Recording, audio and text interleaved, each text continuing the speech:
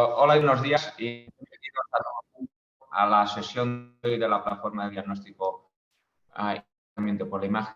Empezamos la semana con una sesión muy interesante sobre la evaluación de datos postquirúrgicos y como ponente tenemos a Pablo Rodríguez del Hospital de Princesa de Madrid. Va a ofrecer pues, una interesante sesión. Sin más, recuerdo que pueden ir escribiendo todas sus preguntas en el chat y al finalizar la sesión, Pablo amablemente lo contestará. O sea que, sin más, Pablo, por favor, todo tuyo, adelante. Gracias, Víctor. Antes de empezar, tengo que hacerte una pregunta. ¿Eso es el mar lo que está de fondo de ti? ¿Cómo? ¿El mar lo que está, No, no, Ah, no, que está saliendo el sol y aquí como vale, si vale. fuese un testigo protegido. No. Vale, vale. Digo, ostras, parecía el mar. Vale, perfecto. Pues ya está. Muy bien. Se ve, ¿no? ¿Está correcto? ¿Se ve la pantalla? Perfecto, te ve muy bien, Vale, Pedro. Adelante, Pablo. bien. Pues lo dicho, buenos días a todos, buen día a tothom y gracias lo primero por la invitación a participar en esta actividad y vamos a por ello. No tengo ningún conflicto de interés relacionado con esta charla y brevemente lo que querría sacar hoy de esta ponencia es, bueno, repasar un poco la anatomía y los hallazgos que esperamos encontrar en imagen tras cirugías del tubo digestivo o gastrointestinal, repasar un poco las complicaciones más frecuentes que pueden ocurrir en estos pacientes y cómo se representan en la imagen, que al final es lo que nosotros vamos a ver.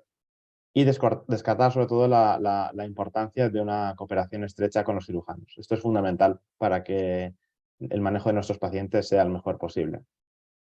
Y también, bueno, quizás aprender un poco como la parte quirúrgica, ¿no? Cuando el cirujano va a tener signos o síntomas de alarma que le van a hacer pensar que algo está yendo mal en su paciente y van a acudir hacia nosotros para demandar nuestra ayuda. Pues conocer un poco ese contexto clínico en el que vamos a trabajar. Quería empezar lo primero destacando lo que comenté antes, la importancia fundamental de una cooperación intensa y estrecha con nuestros colegas quirúrgicos, ¿no? Aquí están mis compañeros de la sección de rayos de abdomen de la Princesa y nuestra contraparte, en este caso del tubo digestivo, tanto de coloproctología como de esofagogástrica. Y ello, insisto, que es fundamental, que los cirujanos bajen a hablar con nosotros o suban, o nosotros vayamos con ellos y que tengamos una relación muy estrecha. No es que sea solo bonito y va a ser reconfortante profesionalmente, sino que va a ser fundamental para el manejo de los pacientes. Como puntos clave para abordar cuando nos enfrentamos a un paciente con sospecha de complicación postquirúrgica en estos contextos, lo primero es saber cómo está el paciente, cómo se encuentra, cuál es su cuadro clínico y qué sospecha el cirujano o el médico que nos pide la ayuda, ¿no? O la prueba. También es fundamental saber qué tipo de cirugía se realizó, qué intervención tiene hecha, porque hay multitud de intervenciones, algunas son un quebradero de cabeza, y si no tenemos claro dónde está cada cosa, nos volveremos locos. Ante la mínima duda, siempre consultemos con el cirujano y veamos el caso con él y pedamos que nos explique qué le han hecho exactamente. Como comentábamos también en el inicio, el tiempo transcurrido desde la intervención es fundamental, porque en función del tiempo transcurrido van a ser más frecuentes unas u otras complicaciones, como veremos más adelante. También el tratamiento instaurado, ¿no? Que le han puesto, qué medicación, cómo está, cuál ha sido su evolución clínica, es muy importante. Y para mí también algo fundamental es ver las pruebas previas. Cuando a mí me llaman o bajan a pedirme algo y a comentarme un paciente de esas características, lo primero que les digo es dame el número de historia clínica, por favor, al teléfono, y mientras me van contando el caso, yo voy buscando las pruebas previas, aunque sea una placa de tórax. Cualquier información que tengas, que puedas arañar, te va a ser muy importante para abordar el paciente. Así que siempre fundamental ver, revisar y comparar con las pruebas previas si las tenemos a mano, claro. Voy a estructurar la charla en dos grandes bloques. Los hallazgos, digamos, esperables o, entre comillas, normales en pacientes posoperados del tubo digestivo y aquellos anormales o inesperados o que realmente son verdaderamente patológicos y nos tienen que hacer pensar que algo no está yendo bien y que probablemente estemos frente a una complicación. Hablando de hallazgos esperables, entre comillas. Obviamente, cierto grado de neumoperitoneo o gas en otras localizaciones anómalas es normal o esperable en pacientes en los que le han abierto la tripa, ¿no? La apertura de la cavidad abdominal hace entrar aire y es frecuente encontrarlo. La clave va a ser que va a ir disminuyendo progresivamente y más allá del 10.º día es muy, muy difícil o casi imposible encontrarnos gas postoperatorio, que nos hará pensar que algo no está yendo bien. Las claves, como digo, va a ser saber que hay una cirugía reciente. El tipo de procedimiento es muy importante porque las cirugías más complejas, laboriosas y prolongadas van a dar más neumoperitoneo. También la laparoscopia, al insuflar gas a la cavidad peritoneal, nos va a dar más neumoperitoneo postquirúrgico. Y recordar que el neumoperitoneo postoperatorio en general serán burbujas aisladas que irán disminuyendo a lo largo del tiempo. Y sobre todo, los pacientes pues, van a tener un perfil muy distinto. Un paciente con escasas burbujas de gas en partes antideclives que van disminuyendo y que no tiene ningún tipo de complicación ni sospecha clínica de nada, pues probablemente ese neumoperitoneo sea postquirúrgico. Obviamente, alteraciones inflamatorias, todas las que os podéis imaginar y que todos conocéis, pues la cirugía no deja de ser una agresión a los tejidos del cuerpo y siempre hay cierto grado de reacción inflamatoria, que es habitual que nos encontremos pues, cierto grado de alteración inflamatoria local. Material quirúrgico, obviamente. Si ha habido una intervención, pues nos vamos a encontrar grapas, suturas, catéteres. En ello es muy, muy importante, como decía al principio, saber qué intervención se le ha practicado al paciente. Saber dónde está cada asa, qué grapa, qué sutura, qué han empalmado, qué está conectado, porque si no, nos puede llevar verdaderamente por un camino de quebradero de cabeza. Ante la duda, como decía, siempre preguntar al cirujano. Al cirujano idealmente que le operó, pues estáis a su lado, que os explique con un esquema cómo han intervenido, qué han hecho, qué han empalmado, qué han revisado, y eso os va a ayudar mucho a interpretar la prueba que tenéis delante. Cuidado con los contrastes. Los contrastes poco diluidos, sobre todo los endoluminales, los orales o de otro tipo de administración, si están poco diluidos y muy concentrados, nos pueden llevar a equívoco y podemos llegar a confundirlos con material de alta atenuación, material quirúrgico. En general es difícil, porque el material quirúrgico es un material de atenuación metálica, mucho más densa que los contrastes, pero cuidado. Ante la duda, siempre tenemos la opción de reconstruir, ¿no? En multiplanar o hacer fases tardías, si sospechamos una hemorragia o una dehiscencia con fuga, bueno, siempre podemos hacer fases más tardías para ver si aquí hay algún cambio. Pero como insisto, sobre todo fundamental saber dónde están las grapas, dónde están las suturas y qué le han intervenido. Cierto grado de hilio paralítico, de adinamia intestinal en el tubo digestivo, es, entre comillas, normal o frecuente encontrarnos tras una cirugía. Pues las manipulaciones de asas lo que van a hacer, al fin y al cabo es una agresión, como comentaba, y van a hacer que la peristalsis normal del tubo digestivo se vea comprometida. Digamos que las asas se quedan un poco tiesas. Es frecuente que este hilio postquirúrgico vaya disminuyendo también y más allá del 4.º día no deberíamos encontrarlo. Hay muchos factores condicionantes que van a hacer que nuestros pacientes puedan tener mayor o menor grado de hilio postoperatorio, sobre todo si hay cirugías largas o complejas. Si hay pus, en el caso de peritonitis, sangre, bilis, orina, estos materiales son muy irritativos y van a hacer que las asas se queden paralizadas. Alteraciones electrolíticas, como sabéis, también pueden condicionar hilio, hipoalbuminemia y sobre todo fármacos. Muchos fármacos van a condicionar cierto grado de hilio y pueden prolongar el hilio, entre comillas, normal del paciente postoperado. La clave del hilio es diferenciarlo de la obstrucción, ¿no? El hilio es una dinamia intestinal y la obstrucción pues, es una obstrucción mecánica física con dilatación retrógrada de las asas.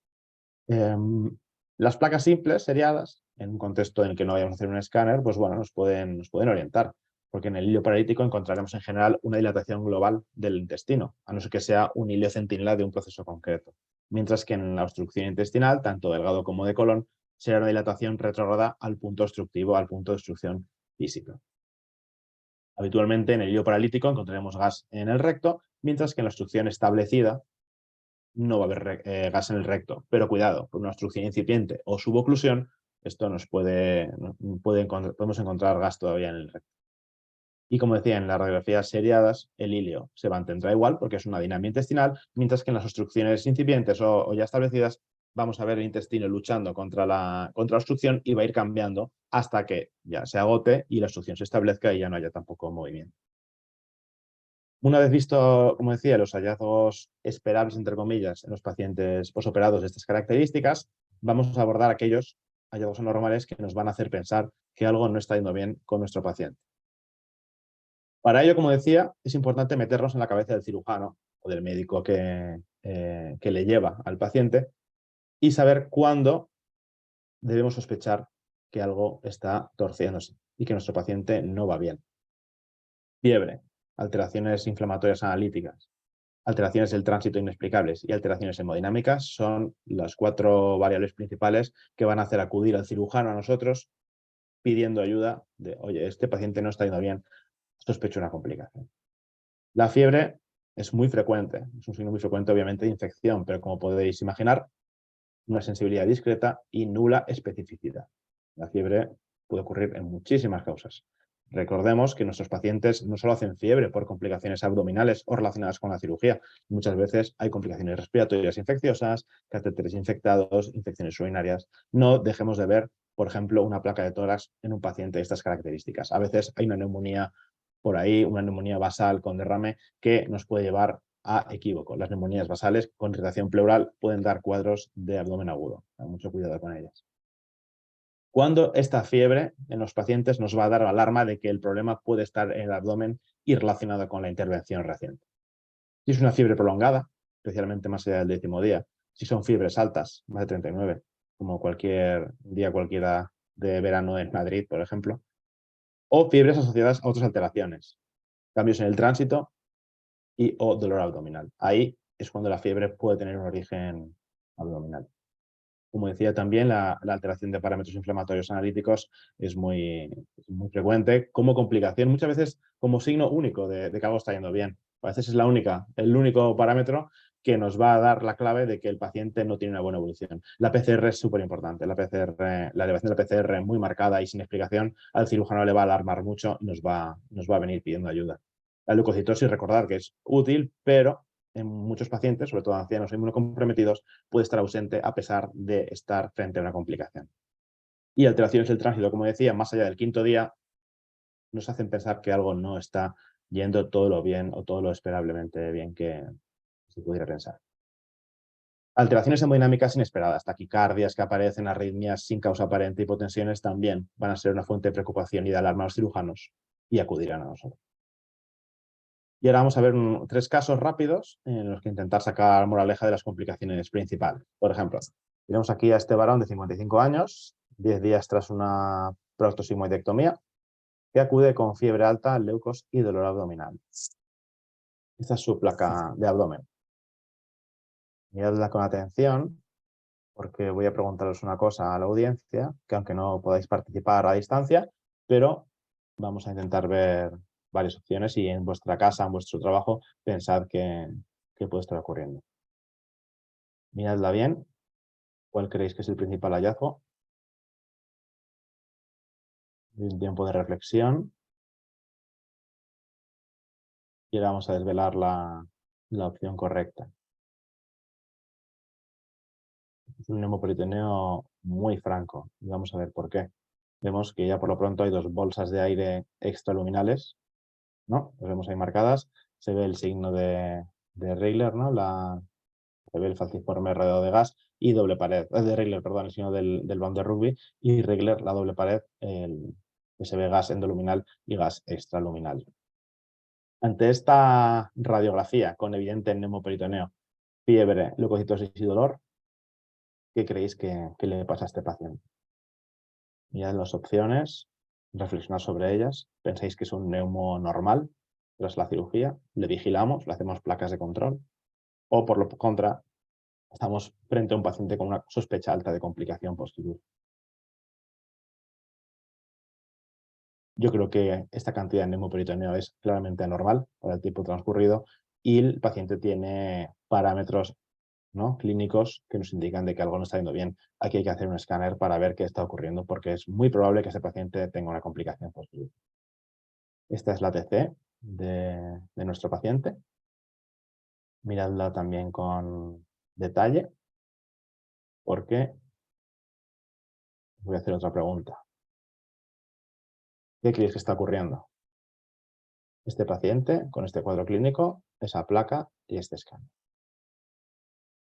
Un absceso, una discencia, una fístula intracutánea, una neumatosis distal.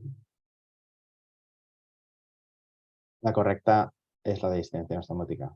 Vamos a verlo. Vemos que hay una cantidad evidente de neumo, demasiado líquido para el tiempo transcurrido. Y si vemos con detalle la anastomosis, vemos que hay una solución de continuidad evidente en la pared del tubo digestivo adyacente a grapas, con salida de material fecaloideo. Una dehiscencia evidente, visible a simple vista en la TC, es claramente una fuga anastomosis. ¿Cuáles van a ser las claves en estos pacientes? Siempre tenemos que ver dónde se concentra la mayor cantidad de gas y líquido extraluminales, porque nos van a orientar hacia el probable punto de fuga. Siempre revisar la anastomosis o las anastomosis, que son el punto débil, son el eslabón débil de la cadena y son el punto más frágil, que es más susceptible de abrirse y de fugar. Puede haber fugas en muchos otros lugares, puede haber perforaciones de asas inadvertidas que nos podemos pasar por alto, pero la anastomosis es algo siempre a revisar. Cuidado con el material de hemostasia, tachosil, espongostán y similares, que dejan los cirujanos para frenar hemorragias. Tienen una apariencia muy parecida a las heces, porque son una miga de pan, son mezcla de líquido y gas. Que cuidado con ello. Y recordad que la fuga directa visible, como es en este caso, salida de material fecaloideo, material entérico, contraste endoluminal, no es frecuente. En la mayoría de los casos, con fugas o dehiscencias, vamos a ver signos indirectos. Veremos un absceso adyacente, veremos gas fuera, veremos líquido. Pero la salida de franco material endoluminal no ocurre en la mayoría de los casos. Las dehiscencias tienen una incidencia muy variable, dependiendo de las cirugías, de las series de cirugías, de los distintos autores. En general, es un 1% aceptable. Hay series que la gente reporta hasta 40%, lo cual es claramente son unas tasas inaceptables de dehiscencia. La mortalidad, ojo, la mortalidad puede alcanzar hasta un 17%, lo cual no es nada desdeñable. Y recordad que los síntomas en general pueden aparecer cuando los pacientes reinicien la nutrición oral. Pero también es muy importante saber que no solo ocurren las dehiscencias precoces, sino que pueden haber dehiscencias tardías o dilatadas que den la cara más tarde en el tiempo, incluso cuando los pacientes pueden haber sido dados de alta. Como factores de riesgo, obviamente, cuando un paciente tiene una afectación sistémica que compromete su estado, la diabetes, otro tipo de inmunodepresión o malnutriciones, van a aumentar el riesgo de fuga o de dehiscencia. Fármacos, corticoides, antiangiogénicos, típicamente el bevacizumab, van a aumentar el riesgo de dehiscencia. Zonas del tubo digestivo con peroirrigación, como es el sigma, colon distal, el esófago, van a tener mayor riesgo. Anastomosis tensas y obviamente hemorragia. Ante sospecha de dehiscencia, en general la TC. Y la TC va a ser en general la prueba Princeps, la prueba más importante, más resolutiva que vamos a tener en nuestro entorno, en nuestra práctica habitual para resolver estos casos. Una TC de abdomen pelvis con contraste intravenoso siempre que podamos y en fase portal, que es la fase estándar. Contraste oral positivo, bueno, ni siempre ni nunca. Esto es tema de controversia y bueno, mi recomendación sería que es un elemento interesante, contraste positivo endoluminal, cuando queremos distinguir claramente asas intestinales de otras cosas, por ejemplo, abscesos, pero no recomendaría su uso en pacientes con alteración adinámica, un hilo dinámico, parálisis, una sospecha de obstrucción, porque el contraste probablemente no avance, se acumulará, nos podrá hacer artefacto, nos podrá confundir y lo único que va a hacer es retrasar la realización de la prueba. Y en estos pacientes que van muy mal y pueden deteriorarse muy rápidamente, lo que queremos es hacer una prueba lo antes posible para llegar al diagnóstico. Recordar también que se pueden utilizar estos contrastes endoluminales por otras vías. No tengáis miedo a administrarlos vía rectal, vía ostomía, catéteres, porque muchas veces nos van a dar la clave para detectar complicaciones. No tengáis miedo a ello y recordad que existe esa opción. Como decíamos también antes, sobre todo en el contexto de cirugías de tracto superior, esófago y estómago, la escopia tradicional pues, puede tener todavía un rol. Puede ser interesante porque nos va a aportar cierta dinamicidad, nos va a aportar un estudio dinámico en el que vamos a ver cómo se transita esa papilla a través del tubo digestivo. Recordad, porque probablemente muchos ya conocéis, que si hay sospecha alta o fuga peritoneo, no usemos bario, que es un irritante y puede causar peritonitis química. Usemos contractes hidrosolubles, como por ejemplo gastrolafin o el propio Omnipaque. Y cuando hay riesgo de aspiración y paso a vía aérea, no usemos contrastes hiperosmolares que pueden causar edema agudo de pulmón, usar contrastes no iónicos como el Omnipaque o el propio bario. Vamos a por otro caso. Una mujer de 60 años, una cirugía de Hartmann hace una semana, y nos viene con este cuadro clínico de fiebre alta, PCR disparada y un tránsito alterado. Tenemos este escáner. Vamos a mostrar estas imágenes. Una última pasada. Y vemos qué opciones tenemos para intentar discernir qué le está ocurriendo. ¿Qué pensáis? ¿Una dehiscencia con peritonitis, perforación de colostomía, con otro absceso, con peritonitis, flema encapsulado? Aunque no tengáis opciones para responder, yo creo que le podéis dar una vuelta, reflexionar, pensad a ver qué os cuadra más. Ya desvelo que la opción correcta es una dehiscencia de suturas y peritonitis. Vamos a ver. Aquí tenemos una franca dehiscencia salida de contraste del muñón rectal hacia la cavidad peritoneal. Un agujero evidente. Si no me creéis, yo mismo os diré que estuve en el quirófano y esta es mi mano y había un orificio que se palpaba sin ningún tipo de duda. Lo curioso en este caso, y lo interesante, es que habitualmente los muñones rectales o aquellos muñones de asa intestinal desconectados del tránsito y en principio sin material fecaloideo, es raro que su dehiscencia cause una peritonitis, una infección y una fuga que nos dé la cara de manera tan bestia y evidente como este caso. Pero ocurrió así. Y lo que hizo fue, vemos que el peritoneo, como marco aquí, está claramente engrosado e inflamado de manera difusa. Y aquí en el quirófano era como una especie de cascarón, como una peritonitis capsulante, que una vez que se abría aparecían abajo las asas. Caso curioso, pero recordemos que a veces en medicina lo siempre y nunca son palabras que rara vez utilizamos. A colación de esto, comentar 4 pinceladas de los abscesos abdominales. Saber que obviamente la principal causa, como hemos visto, son las dehiscencias o perforaciones de asas, pero también cirugías contaminadas, presencias de cuerpos extraños, también nos pueden causar abscesos y, por supuesto, pensar en otros orígenes menos infrecuentes. Hay embolismos sépticos, hay cosas más raras, pero principalmente en esos pacientes, cuando encontremos un absceso, va a ser probablemente un signo indirecto de una dehiscencia o perforación. La mortalidad es variable, pero nada desdeñable. Y recordar que el tratamiento no solo antibióticos y que en ocasiones nosotros mismos como radiólogos vamos a poder drenarlos y favorecer su resolución. En la ecografía de los abscesos, como sabéis, tiene una apariencia muy variable. En función de su material, de la densidad del pus que tenga y su maduración, tendremos desde colecciones hipoecoicas hasta abscesos verdaderamente heterogéneos. Las paredes en general lo mismo. Paredes más o menos organizadas y gruesas en función de su evolución y maduración. Y recordad que nunca van a tener vascularización, salvo puede haber a veces señal Doppler vascular en la pared. A veces es difícil distinguir un absceso de un hematoma porque ambas van a ser colecciones con material líquido o un proceso de liquefacción bastante denso. Pero yo creo que en muchas ocasiones el debate es absurdo porque muchos abscesos son hematomas sobreinfectados, la sangre es un caldo de cultivo perfecto para bacterias y muchos hematomas, o sea, muchos abscesos luego también a veces pueden sangrar y que en principio muchas veces la disquisición no ha lugar. Por TC, como sabéis, son colecciones líquidas. En la TC, a no ser que sea un pus muy denso, no vamos a ser capaces de distinguir, así como en resonancia o en la ecografía, sí vamos a distinguir el material. Aquí vamos a ver una colección de líquido con paredes, igual que en la ecografía, relativamente gruesas y vascularizadas en función de su grado de madurez.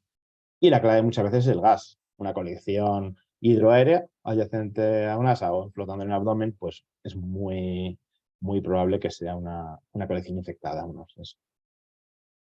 La clave en ocasiones, como también he dicho previamente, es diferenciar a veces una asa de un absceso. Pues ambas son bolsas de líquido. Las asas se continúan en forma de tubo digestivo y el absceso es aislado, pero a veces en pacientes con poca grasa y asas muy apelotonadas entre sí, puede ser un verdadero reto. En esos casos el contraste endoluminal sí nos ayuda, pero bueno, como el contraste oral, siempre y nunca son palabras que en medicina no utilizamos, pero en estas ocasiones nos pueden ayudar.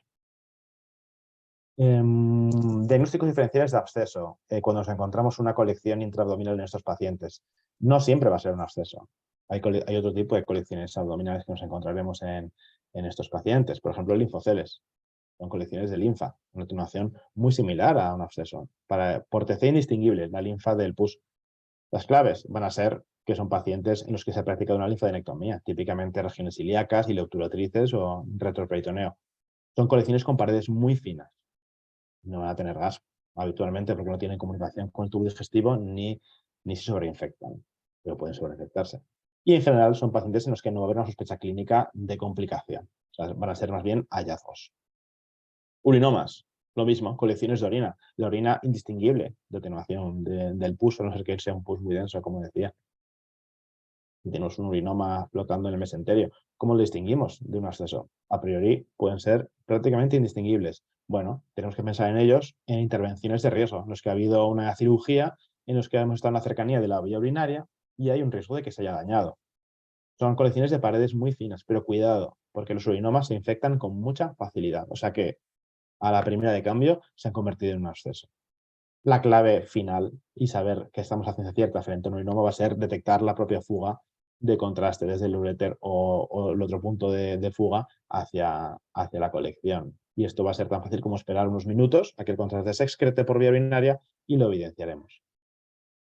Aprovechamos también para dar unas 4 pinceladas sobre fístulas. Como sabéis, las fístulas son comunicaciones anormales entre estructuras cavitarias diferentes o incluso con la piel. Es muy clave la sospecha clínica aquí, obviamente.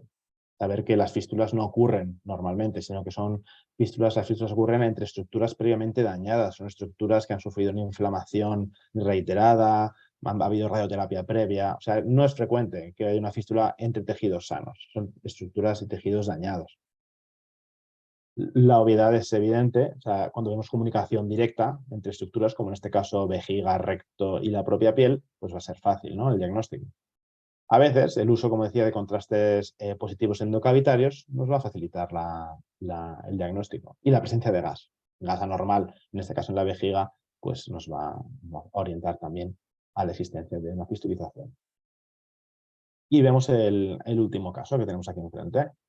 Una mujer de 45 años, 20 días tras apendicectomía, y nos viene con este cuadro clínico de distensión, vómitos, tránsito disminuido, ruidos metálicos, y nos cuentan un embarazo ectópico pre. Y esta es la placa. Echadle un vistazo, pensad qué puede ser, y os pongo algunas opciones para reflexionar. Un hilio adinámico, una obstrucción delgado, grueso, o grueso con válvula incompetente. Dadle una vuelta y os muestro la opción correcta. Bueno, antes de la opción correcta, siempre si hay dudas, podéis consultar a ChatGPT. Eso es lo que hice anoche. Le puse el cuadro clínico y me respondió directamente obstrucción de delgado. Sin duda ninguna. Y es así. Esta cosa acierta, da un poco de mal rollo, la verdad, pero acertó, y esto obviamente es una obstrucción de delgado, ¿no? Vemos una dilatación franca de asas de intestino delgado con sus válvulas conniventes y vemos que están organizadas en el centro del abdomen y que el resto del colon tiene una apariencia normal. Esta es la TC de la paciente. Vemos que sorprendentemente se le dio contraste oral, a pesar de tener una obstrucción. Pero bueno, aquí tenemos las imágenes. A ver si lográis encontrar la causa de esta obstrucción. Miradlo con detalle. Os pongo unas opciones para ayudaros. Bridas, hernia, isquemia o vólvulo. Os doy otra pasada. Dale una vuelta.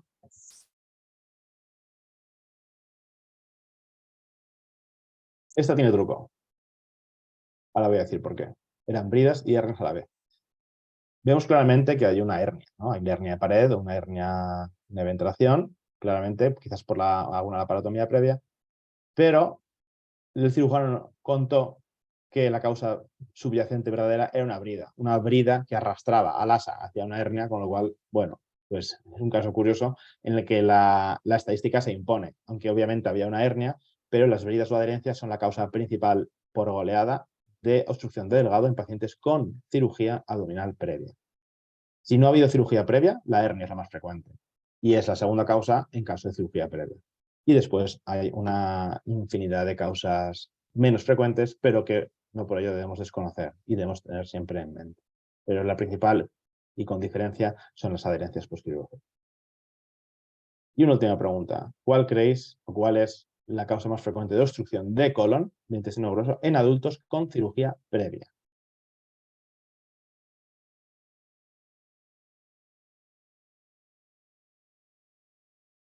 Imagino que ya todos tenéis en la cabeza la respuesta. Cáncer. Cáncer de colon es la principal causa de obstrucción de intestino grueso. haya o no cirugía previa. Las bridas o adherencias es muy raro que causen una obstrucción de colon, es muy raro.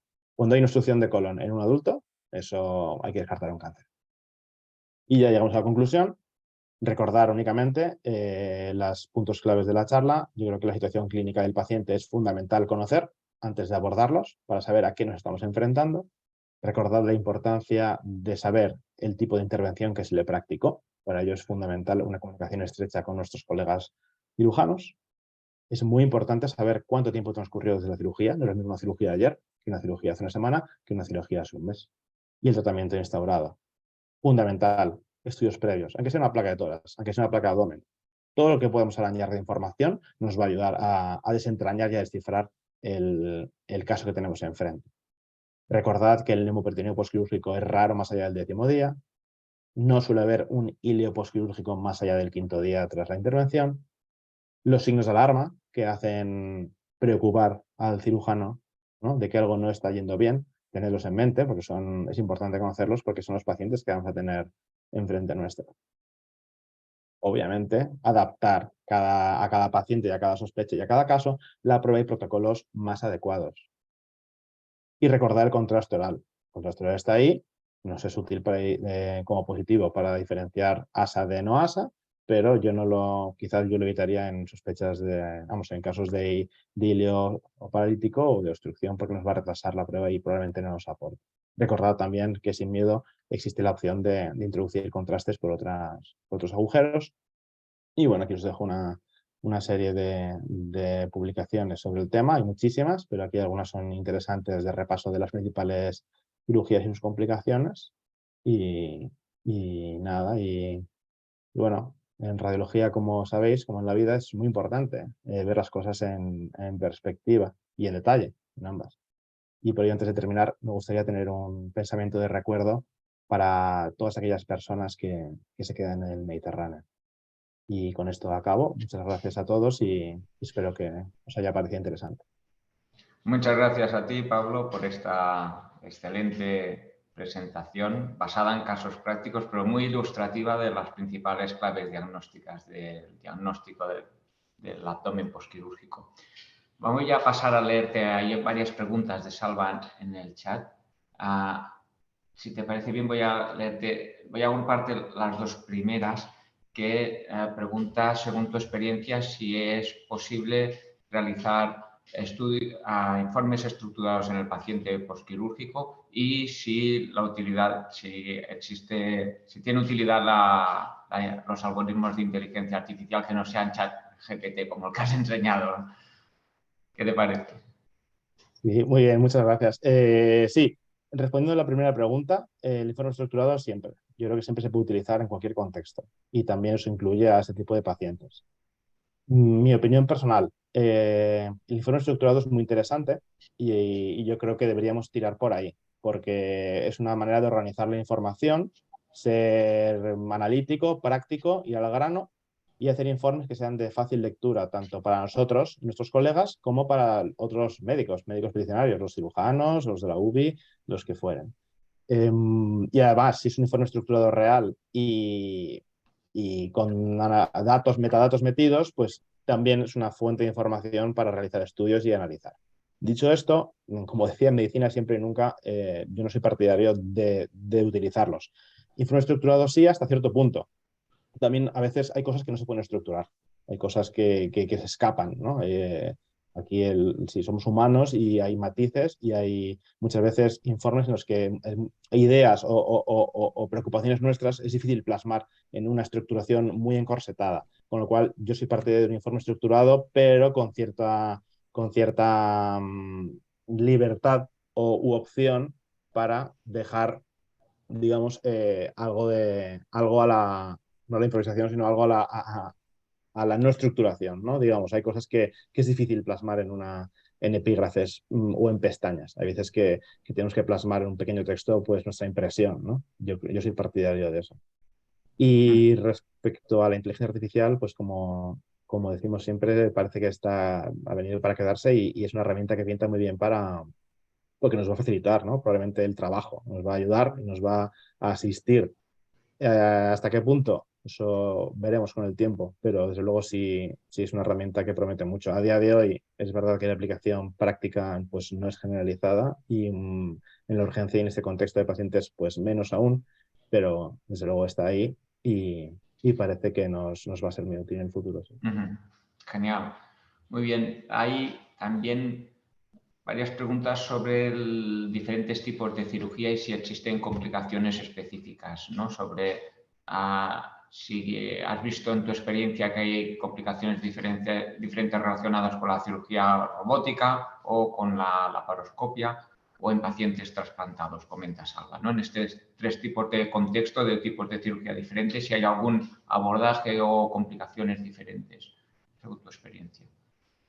Sí, ejemplos concretos ahora mismo, así me pillas así un poco con la guardia bajada. No sabría decirte a ver qué complicación concreta se me ocurre con alguna cirugía específica o alguna técnica muy específica para pensar. Es verdad que cada cirugía y cada técnica son diferentes y tienen matices, pero no sé si Adela, te ocurre a ti algo así muy ilustrativo a bote pronto de alguna cirugía concreta, de esto es muy típico de tal intervención. No caigo ahora mismo. No, yo tampoco, además, pues eso, cada vez vemos menos laparotomías, ¿no? No es más la cirugía laparoscópica. En mi hospital se ha empezado a hacer muy poquito el robot, o sea, tampoco tengo experiencia para ver qué es lo que pasa con las cirugías con robot. Y con respecto a los trasplantes, es verdad que, bueno, fuera del tubo digestivo sí que un poco el control posquirúrgico de los pacientes trasplantados es un poco diferente, tanto, ¿no? La monitorización la hacemos por regla general con ecografía porque lo que más tememos es una complicación vascular, ¿no? Tanto en el trasplante hepático como en el trasplante renal, que es como un contexto del paciente diferente, pero como bien dice Pablo, en un principio yo creo que no hay grandes diferencias ni las tengo en mente que tengamos que tenerlas presentes, ¿no? Según el tipo de abordaje de la cirugía. Yo, como dice Pablo, o sea, súper importante la información de lo que ha pasado en quirófano, que a veces lees unos partes quirúrgicos que todo sé estupendamente, pero como dicen los cirujanos, lo que ha pasado en quirófano se queda en quirófano y luego lidia tú con las imágenes, ¿no? Y a ver que no te cuadra absolutamente nada, pero bueno, no, ahora mismo tampoco tengo nada en mente, una diferencia que tengamos que tener presente si el abordaje ha sido por vía laparoscópica o ha sido una laparotomía abierta en el posoperatorio inmediato como complicación. A mí me acaba de venir a la cabeza ahora mismo laparoscopias de vía biliar, ¿no? y de vesícula, ¿no? La vesícula es algo muy del día a día y de la urgencia.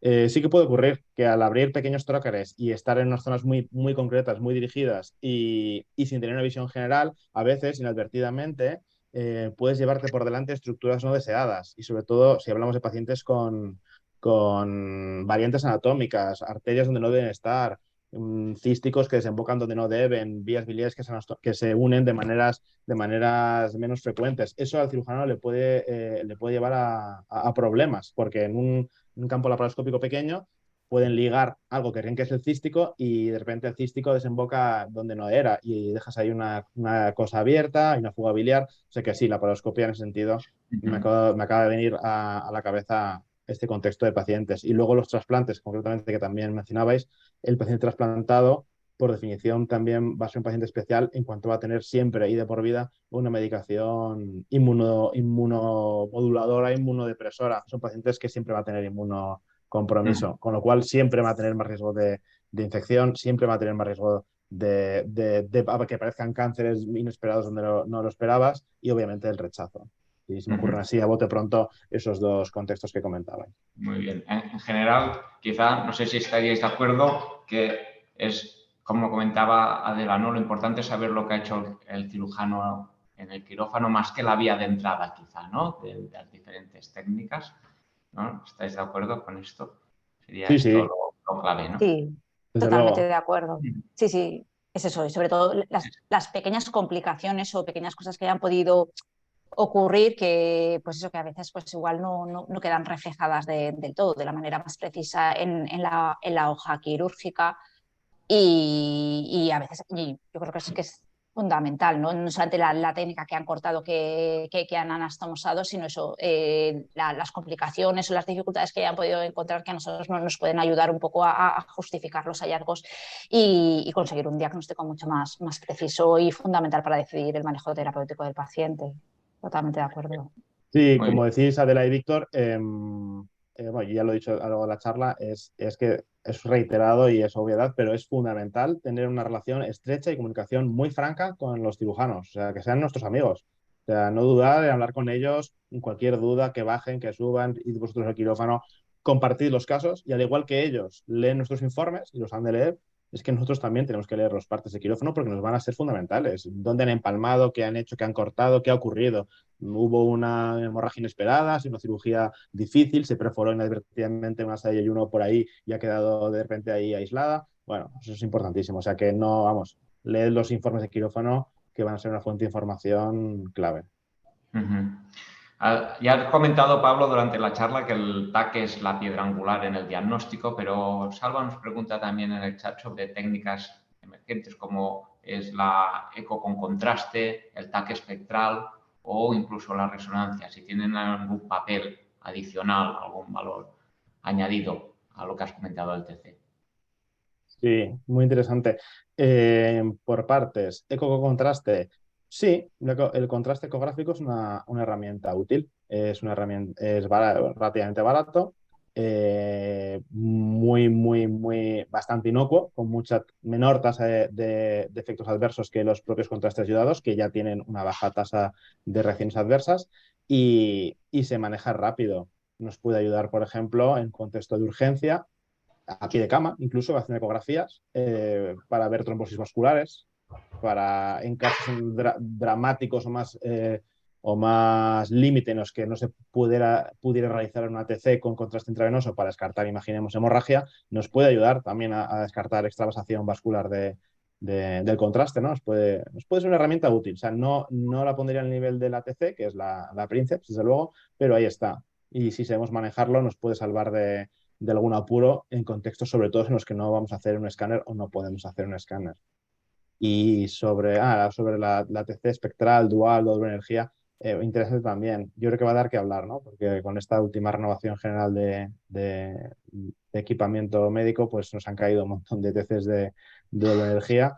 Y bueno, pues yo personalmente no estoy muy familiarizado con ella. Yo nunca había trabajado previamente con esta técnica y tenemos que pulirla, pero me consta y por publicaciones previas que sí que puede tener un aporte interesante en detectar hemorragias sutiles, hemorragias pequeñas, ¿no? Detectar concentraciones de yodo, de yodo del contraste fuera del vaso nos puede ayudar, a detectar pequeños realces donde no los dudamos que hay o no hay realce.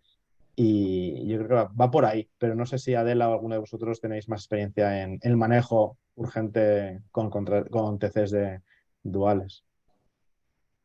Yo también, mi experiencia también es corta porque como bien has dicho, ¿no? Nosotros tenemos desde hace un año aproximadamente el TC espectral.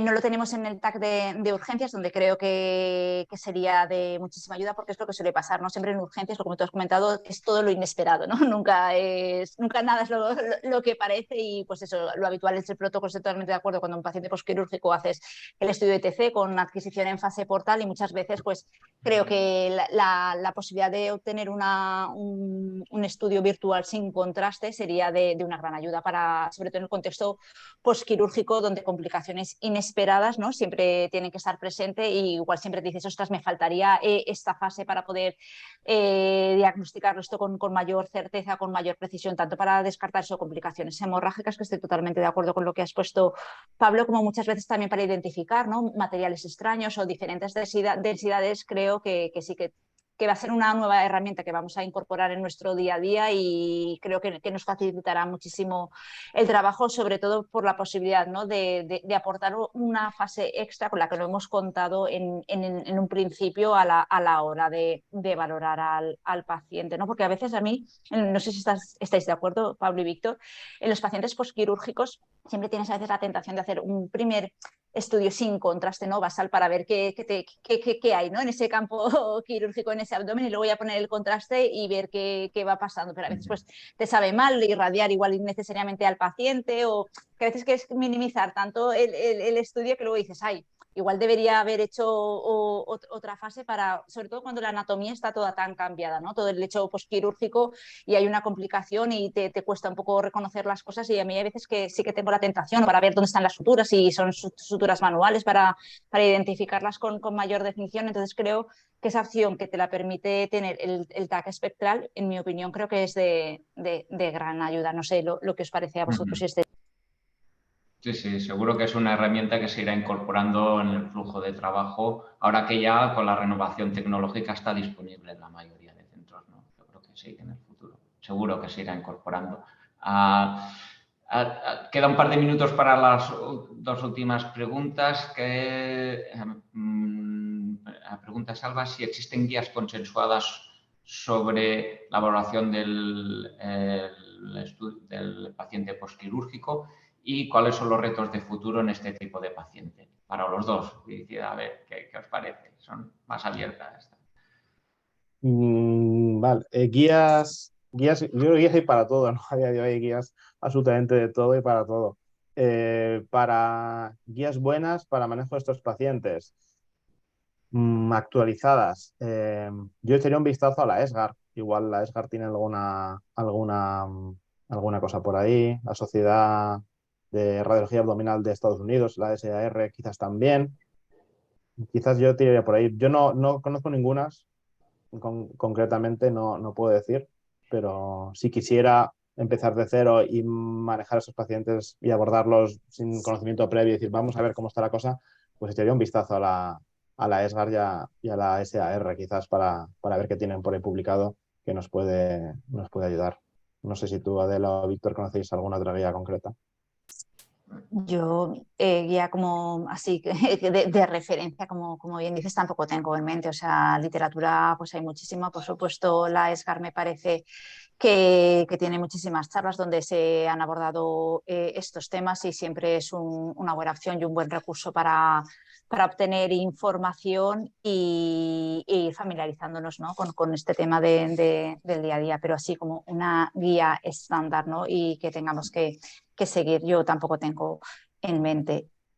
No sé si la SEDIA, igual, quizás la SEDIA, la Sociedad Española de Diagnóstico por Imagen Abdominal, igual tiene algo por ahí también. No lo Pero sé. así algo así como complicaciones posquirúrgicas, así de título, así en la cirugía inmediata, el posoperatorio inmediato, yo ahora mismo tampoco recuerdo, pero bueno, literatura, hay muchísimos artículos y cada vez pues se van renovando, ¿no? Con las diferentes técnicas, con los diferentes hallazgos con los que tienes que estar familiarizado, con los tiempos, como bien ha explicado Pablo a lo largo de toda la charla, y yo creo que se puede sacar muchísima información. Además es que es un tema que en el día a día, o sea, lo vemos, tanto seas radiólogo de abdomen como no seas radiólogo de abdomen, porque la urgencia, ¿no? Nos toca lidiar, y creo que es uno de los grandes temas. Entonces yo creo que, pues, que es fácilmente, se puede encontrar en la literatura, en diferentes revistas, o sea, información acerca de lo que tenemos que encontrar y como ha explicado Pablo, de que no es normal, y ponerlo en el informe. Muy bien. Y sobre retos de futuro, ¿se os ocurre algún reto de futuro, Pablo? Pues, buena pregunta. Yo creo que el reto futuro principal es sobrevivir. Sobrevivir la guardia, sobrevivir el día a día. Bueno, si fuera de bromas, sí, sobrevivir como especialidad, continuar siendo una parte fundamental del proceso diagnóstico y terapéutico del paciente, siendo parte fundamental y activa del equipo, no acomodarnos en nuestro sillón pensando que somos súper útiles y que todo está hecho cuando realmente el mundo cambia, y si no somos partícipes del cambio, el cambio ocurrirá sin nosotros. Yo creo que ese es el reto. O sea, ser útiles a nuestros colegas, ser útiles al final al paciente, que es el último beneficiario de nuestro trabajo, y continuar ahí adaptándonos, haciéndonos imprescindibles y actualizándonos. Quizás así, en líneas generales, sea mi percepción. Muy bien. Pues ya son las 9. Ya agradeceros a los dos, a Pablo por tu excelente presentación y a Adela por tus aportaciones como experta en esta sesión. Ha sido muy interesante y hemos aprendido mucho todos. Y sin más, doy el paso a palabra a Salva, que seguro que quiere concluir la sesión. Va, por favor. Perfecto. Pues nada, Víctor, muchas gracias por tu excelente moderación. Gracias, Adela, por tus recomendaciones como experta. Y Pablo, como siempre, excelente como profesor. Eres un muy buen docente. Yo siempre hago un pequeño resumen. Yo creo que lo que nos has dicho es unas reglas y 3 consejos. Nos has dicho, a ver, señores, piensen cuál es la pregunta clínica, piensen un poco qué cirugía se ha hecho, piensen el tiempo, qué pruebas previas se realizaron, qué tratamientos previos se realizaron. Y los 3 consejos es, primero de todo, mírense la hoja operatoria, vean qué ha escrito, sean amigos del cirujano, qué le explica.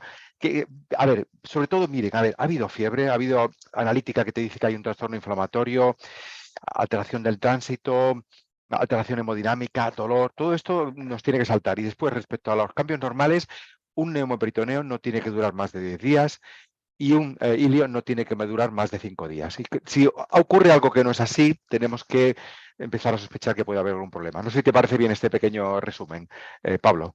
Correcto, nada que añadir. Muy ¿Sí? bien. Perfecto. Oye, pues seguiremos en contacto contigo. Ha estado muy bien la sesión. Solo recordar a la audiencia que mañana tenemos al doctor Kim Barceló, que nos va a hablar de la valoración de los ganglios linfáticos con la técnica de NOT-RATS. Estáis todos invitados. Que tengáis un gran lunes. Muchas gracias, Pablo. Muchas gracias, Víctor. Muchas gracias, Adela. Un saludo a todos. Nos vemos. Buenos días. Hasta luego. Cuidaros. Muchas gracias. Adeu. Hasta luego.